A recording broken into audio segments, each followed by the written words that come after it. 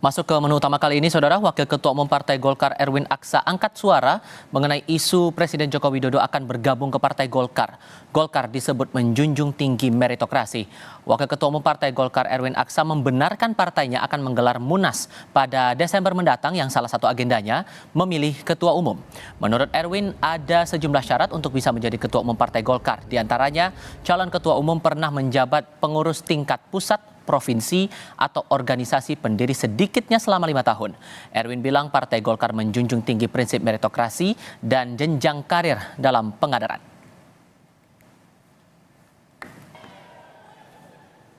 Kabupaten Bandung. Memang di Desember 2024, Golkar memiliki agenda besar yaitu Munas Partai Golkar.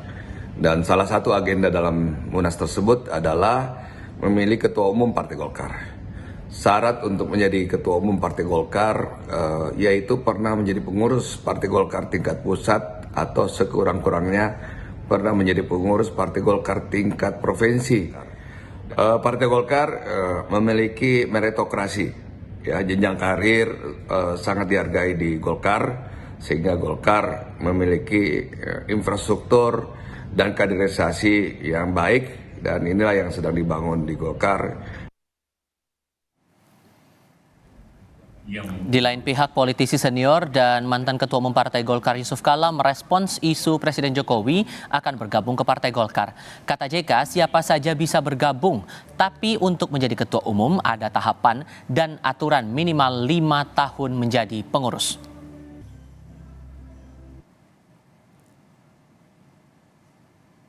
Ya, semua orang bisa bergabung ke Golkar. Tapi tentu dengan syarat-syarat. Bergabung aja boleh. Apa tidak boleh? Menurut Bapak berarti Pak Jokowi tapi cocok ya Pak masuk Partai Golkar secara karakteristik begitu yang Pak JK? Ya, semua orang bisa. Kamu juga bisa. Saya juga bisa, Pak. Hah? Boleh. Tapi untuk jadi pengurus ada aturannya. Kalau untuk jadi ketua atau jadi apa harus minimum 5 tahun. Harus menjadi pengurus. Sebelumnya Partai Golkar sempat merespons soal Jokowi akan bergabung ke partainya. Ketua Umum Partai Golkar Erlangga Hartarto bilang Jokowi tokoh nasional dan milik semua partai politik. Sementara Presiden Joko Widodo sendiri menjawab isu gabung ke Golkar dengan berkelakar.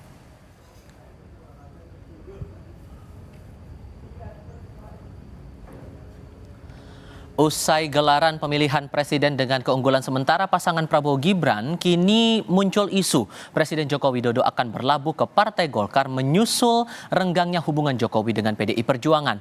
Apakah isu Jokowi gabung ke Golkar ini menjadi pertanda Jokowi membutuhkan pengaman dan kendaraan politik di luar PDIP setelah akhir masa jabatannya? Kami akan diskusikan bersama dengan para narasumber. Bergabung saat ini anggota Dewan Pakar Partai Golkar Ridwan Hisyam, lalu ada juga politisi PDI Perjuangan Deddy Sitorus dan pengamat politik Adi Prayitno. Selamat sore semuanya, apa kabar?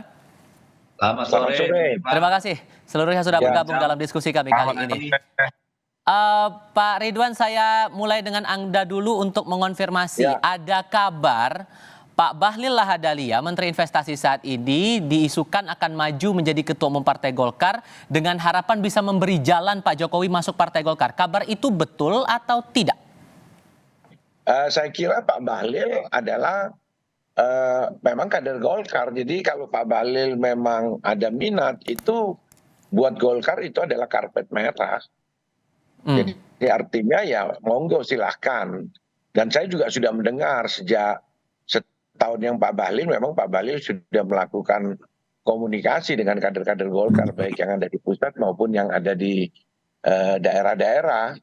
Jadi selama ini komunikasi kita dengan Pak Bahlil juga cukup bagus, cukup intens. Tapi dengan alasan bahwa majunya Pak Bahlil jadi ketum itu untuk memberi jalan Pak Jokowi masuk Golkar, itu betul atau enggak, Pak? Ya, saya kira tidak perlu dikasih jalan ya. Pak Jokowi itu pada dasarnya itu adalah kader Golkar. Pada dasarnya kader Golkar Pak Jokowi. Pak Jokowi itu sebelum kita kenal. Dasarnya gimana tuh maksudnya? Udah punya KTA, udah punya anggota gitu? Di Golkar kalau urusan KTA itu urusan beberapa menit. Tidak ada masalah itu. Tapi kita harus melihat background seseorang. Karena Golkar ini partai yang sudah cukup lama dia sejak tahun 64, 20 Oktober 64 pada waktu zamannya Bung Karno masih. Jadi kader-kader Golkar itu memang sudah berada di mana-mana. Oke. Nah, Pak Jokowi itu adalah kader pengusaha. Kita tahu di zaman Orde Baru, semua pengusaha yang ada di asosiasi maupun di himpunan pengusaha muda, di Kadin, itu semua adalah kader-kader Golkar. Oke. Otomatis mereka. Nah, tapi setelah tahun 98, 99 reformasi, maka pada waktu itu ada aturan-aturan, maka mereka semuanya sesuai aturan ya tidak boleh, yang ada di pegawai negeri, ada di tentara dan lain. Tapi mereka semua jejak rekamnya terekam di Golkar, seperti Pak Jokowi terekam. Pak Jokowi itu pengusaha, ketua asosiasi di Solo pada saat masih zaman Orde Baru, pengusaha pengurus di Kadin. Jadi ya sah-sah saja. Seperti saya ini kader fungsional, kader yang berangkat dari Himpunan Pengusaha Muda Indonesia pada zaman saya masih umur 20-30 tahun di Jawa Timur. Sampai saya menjadi ketua Golkar. Begitu juga Pak Yusuf Kalla. Pak Yusuf Kalla itu mana pernah pengurus Golkar 5 tahun? Nggak ada.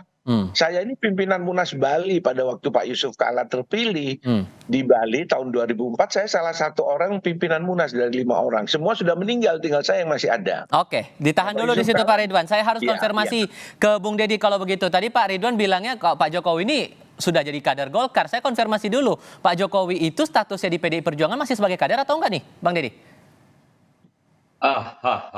Soal Jokowi kok tanya saya, Mas. Tanya sendirilah kemana-mana. Tapi dari DPP sudah masih tercatat nggak sih sebetulnya? Ya Jokowi suka-suka dia mau jadi kader mana, kader siapa yang dia penguasa tertinggi. Tetapi kalau sejarahnya kan sebagai partai politik, ya beliau setahu saya pertama kali masuk partai politik, dia ada di PDI Perjuangan. Tuh kalau partai politik, sejak awal dia masuk politik kan ketika mencalonkan diri sebagai wali kota Solo, bukan sebagai pengusaha. Itu kalau partai politik ya. Dan kemudian kalau soal isu Pak Jokowi mau ke Golkar, saya kira sudah isu basi, itu isu lama. Karena diawali dengan apa? Dulu kabarnya kan Gibran mau diampikan, mau ke Kuning. Kalau saya pribadi melihat wajar banget itu. Kenapa? Dulu Pak Jokowi itu kan wong cilik, orang biasa dari pinggir kali di Solo. Jadi ketika dia berpikir politik, dia kemudian bergabung dengan wong cilik, kaum marhaen di PDI Perjuangan, itu wajar dan sepantasnya. Jadi kalau sekarang ada kabar anaknya atau beliau sendiri mau cari tempat berteduh, tidak membajak sawah bersama rakyat kecil, ya itu sangat masuk akal gitu kalau menurut saya.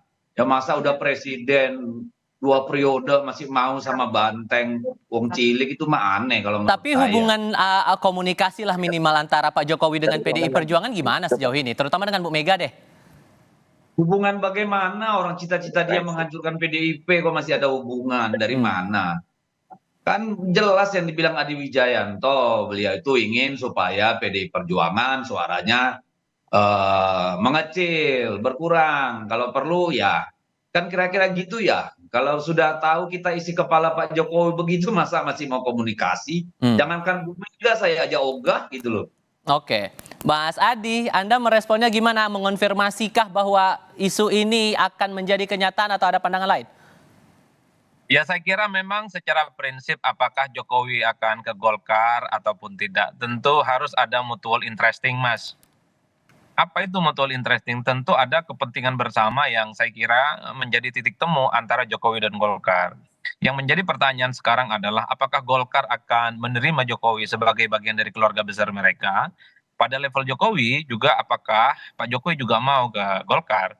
Kalau kemudian keinginannya ini tepuk sebelah tangan, saya kira memang Jokowi ke Golkar itu hanya menjadi isopan jempol belaka, hanya menjadi isu, menjadi gosip yang agak sulit untuk bisa dibuktikan di kemudian hari. Per hari ini misalnya kita tidak pernah mendengar misalnya Jokowi secara serius ingin ke Golkar, sekalipun isunya sudah lama ya, ada narasi-narasi yang dimana Pak Jokowi punya intensi bagaimana untuk terus mempertahankan pengaruh dan kekuasaan politiknya, ya salah satunya adalah menjadi bagian dari partai politik besar. Salah satunya adalah Golkar, karena kalau Pak Jokowi di PSI, tentu pengaruh politiknya pasca sudah tak lagi jadi presiden akan tidak terlampau signifikan. Tapi kalau Pak Jokowi sudah menjadi bagian dari Golkar, kemungkinan besar determinasi dan pengaruh politiknya itu akan terus bisa dipertahankan untuk beberapa tahun ke depan yang akan datang ya. Cuman kan tanda tanya itu adalah kalau Pak Jokowi itu ke Golkar, apa posisinya? Kan nggak mungkin jadi kader biasa. Kalau Pak Golkar, apa yang kemudian dianggap signifikan? Kan kemungkinannya dua. Kalau tidak ketua umum, yang kedua adalah dewan-dewan yang saya kira sudah banyak di Golkar ya. Ada dewan kehormatan, ada dewan pengarah, dan seterusnya dan seterusnya. Itu adalah dua posisi yang saya kira paling memungkinkan di mana kalau Jokowi itu ke Golkar menjadi bagian di dalamnya. Jadi sekalipun Pak Jokowi itu menjadi dewan kehormatan, dewan pakar, dewan apapun judulnya nanti, saya kira posisi itu juga tidak terlampau strategis karena bukan menjadi veto player yang bisa memutuskan kemana arah kebijakan politik partai. Satu yang paling rasional ketika Pak Jokowi ingin terus mempertahankan pengaruh politiknya, tentu adalah ketua umum. Nah, yang menjadi tanda tanya, syarat untuk menjadi ketua umum di Golkar itulah yang kemudian yang disampaikan Pak JK tadi di pengantarnya nggak gampang. Jadi angkot harus kader 5 tahun dan seterusnya. Tapi kita tidak pernah tahu Mas bagaimana mekanisme internal Golkar itu. Seakan-akan Golkar ini sangat cair, sangat mudah untuk merangkul kader-kader non Golkar untuk menjadi bagian keluarga besar di dalamnya. Karena ada, kalau kita pelajari kita runut ke belakang lagi kan pernah ada isu Munaslup, upaya untuk menurunkan Erlangga Hartarto lewat Munaslup dan menggantikannya lewat menggantikannya dengan sosok Luhut Binsar Panjaitan nih Pak Ridwan. Apakah pola ini sama dan kabarnya juga Pak Jokowi diposisikan nanti sebagai anggota Dewan Pembina. Apakah kabar itu juga betul atau tidak? Atau Ketua Dewan Pembina maksud saya. Itu isunya betul atau tidak? Tapi jawabnya nanti ya Pak Ridwan. Kita akan jeda sebentar, kami akan segera kembali. Saya mau melanjutkan pertanyaan saya tadi di segmen sebelumnya dulu nih Pak Ridwan. Ada kabar bahwa Pak Jokowi kalau betul akan gabung ke Golkar bakal jadi Ketua Dewan Pembina. Kabar itu betul atau enggak tuh? Saya kira Pak Jokowi itu bukan ketua Dewan Pembina saja, ketua umum pun juga kalau memang para pemegang suara itu menghendaki bisa memenuhi syarat. Dulu saya cerita begini ya, saya cerita sebelum partai ya, ini Bang Deddy ya, sebelum partai ini. Nah itu Pak Yusuf Kalla itu tidak pernah menjadi pengurus partai politik Golkar, partai golongan karya tidak pernah. Pak Yusuf Kalla itu adalah ketua umum HIPMI di Sulawesi Selatan, ketua Kadin di Sulawesi Selatan. Itu semua zaman Orde Baru itu adalah kader Golkar. Nah, setelah itu dia masuk di Sekber Golkar. Sekber belum Golkar malah, Sekber masih. Nah, di situ terus tahun 71 berubah menjadi Golkar, jadi Sekber menjadi Golkar. Baru tahun 99 Golkar menjadi Partai Golkar. Nah, kalau dibicarakan bahwa 5 tahun pernah menjadi pengurus di Partai Golkar, Pak Yusuf Kalla tidak bisa terpilih jadi Ketua Umum Partai Golkar pada tahun 2004. Pada saat itu saya pimpinan Munas. Nah, pada waktu kita klarifikasi datanya, saya konsultasi ke Bang Akbar Tanjung waktu itu ketua umum, yang juga calon juga, maka Bang Akbar, ya tidak apa-apa. Golkar itu tidak bicara partai Golkar, bicara Golkar, bicara Sekber Golkar. Jadi sederhananya Pak Jokowi walaupun statusnya sekarang bukan sebagai kader, ada peluang jadi ketua umum gitu? Sangat berpeluang karena Pak Jokowi itu adalah pada saat di zaman Orde Baru dia pengusaha, ketua asosiasi. Itu kita rangkum sebagai kader-kader Sekber golongan karya menjadi Partai Golkar, termasuk para TNI. TNI itu kalau dia begitu pensiun, dia langsung Golkar, dia tidak dihitung baru, dia dihitung mulai dari zaman Orde Baru, termasuk para PNS. PNS kan dulu Golkar semuanya. Begitu jadi partai kan stop. Tapi kita melihat jejak rekamnya itu tidak pada saat dia di partai, yaitu pada saat sebelumnya. Makanya saya bilang bahwa Pak Jokowi tetap berpeluang bisa menjadi ketua umum Partai Golkar kalau Pak Jokowi bersedia dan para pemilik suara ini menghendaki. Itu bisa, sangat bisa. Bang Deddy, kalau kemudian jadi nih betul kalau Pak Jokowi akan gabung ke Golkar, berarti PDIP akan tetap posisinya stay jadi oposisi? Ya, saya kira terlalu pagi kalau ngomongin itu ya. Kan kita belum tahu hasil pemilu. Tapi Yang kalau ada merujuk kan- dari dinamika politik yang ada sekarang, masa ya belum ada pertimbangan sih? Loh, terlalu pagi, kita masih mau bicara hak angket dulu, ya. Itu baru nanti kita tunggu hasil soal perolehan suara yang ditetapkan oleh KPU. Lalu kita masih menunggu lagi nanti yang namanya keputusan MK terhadap sengketa pemilu.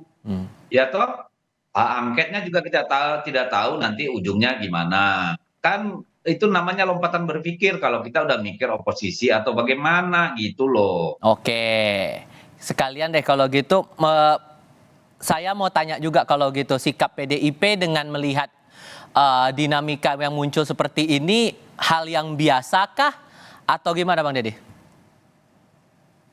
Yang dinamika yang mana nih? Pak Jokowi berpindah ke Partai Golkar ini, apakah dipandang sebagai hal yang biasa atau ada maksud lain yang mungkin ditangkap di sini? Pak Jokowi ini kan manusia yang susah ditebak ya. Hari ini bilang enggak, besok iya. Hari ini bilang A, besok B. Jadi membaca Pak Jokowi itu kadang kita harus berbalik, kadang harus apa ya, yang dibilang A berarti B, yang dibilang C atau D. Kita nggak tahu karena orangnya inkonsisten, suka berdebat dengan dirinya sendiri, saling menyangga dengan ucapannya sendiri hari ini dan besok. Jadi saya susah ngomentarin Pak Jokowi. Jangankan saya, malaikat aja susah kali. Aduh, oke. Kalau gitu saya minta komentar Mas Ade kalau begitu. Ini kan yang muncul isunya adalah Pak Jokowi gabung ke Golkar. Adakah peluang Pak Jokowi untuk memakai kendaraan partai politik lain? Sebelum Mas Adi, saya bisa enggak? Sedikit Jadi, saja boleh. Pak Jokowi itu tidak masuk ke Golkar, kembali di bawah pohon beringin. Oke. Karena aslinya Pak Jokowi itu pengusaha, sebelum masuk partai, terdaftar di PDIP, aslinya dia kader Golkar. Jadi dia pulang kembali ke beringin, di Oke. bawah pohon beringin, bukan masuk Golkar dia. Oke, masuk lagi, balik Jadi, lagi, tapi pulang izin, kampung Mas. gitu. Izin Mas. Ya gimana Bang Deddy, silakan. Nggak cocok kalau dibilang Pak Jokowi itu kader Golkar. Karena kader itu kan by definisi adalah mereka yang bisa disebut member melalui proses-proses pengkaderan. Itu baru kader gitu loh. Jadi nggak tepat kalau menurut saya dipakai bahwa dia itu kader Golkar. Oke. Tapi bahwa dia dalam sejarah hidupnya pernah masuk satu organisasi yang serta-merta itu mau diklaim dengan sendirinya adalah sebagai member dari Golkar, ya itu kan hak ya, saya kira tidak ada masalah. Oke. Tapi kalau dibilang kader Golkar ya kalau menurut saya definisi kita harus disamain dulu. Oke. Oke, Bung Adi, pertanyaan saya tadi, ada peluang tidak untuk menggunakan kendaraan politik lain selain Golkar atau jangan-jangan ada peluang nggak Pak Jokowi buat kembali ke PDIP? Mas Adi? Kalau kembali ke PDIP, rasa-rasanya sulit ya. Kalau kita sering mendengar statement-statementnya Bang Deddy Sitorus, sudah wassalam lah dengan Pak Jokowi. Dan ada harapan lagi untuk islah secara politik ya, meski sampai hari ini pun sebenarnya Jokowi masih belum mengembalikan kartu anggotanya. Ya. Makanya apa yang menurut saya menarik itu, kalau Jokowi ingin ke partai lain di luar PDIP, tentunya sangat tergantung Pak Jokowi, apalagi posisinya sebagai presiden. PSI oke, ke Golkar oke, bahkan ke Gerindra pun juga mungkin oke. Tapi di antara sekian banyak nama-nama partai yang dikaitkan dengan Jokowi, di luar PDIP tentu saja, yang paling kelihatan belakangannya itu adalah dengan Golkar. Misalnya Pak Erlangga itu sudah memberikan statement politik secara terbuka, akan memberikan tempat terhormat kepada Jokowi jika ingin menjadi bagian dari Golkar. Oke. Ini ibarat baju terlampau kecil bagi Pak Jokowi, karena belum tentu juga lolos ke parlemen. Jikapun lolos ke parlemen, partai ini nggak signifikan, hanya 4% itu pun juga akan menimbulkan keributan dan kontroversi yang Oke, segala hal masih mungkin terjadi di sini. Kita tampaknya harus lanjutkan lagi di sesi berikutnya. Terima kasih untuk saat ini para narasumber sudah hadir dalam diskusi Kompas Petang kali ini. Sehat selalu semuanya. Selamat sore.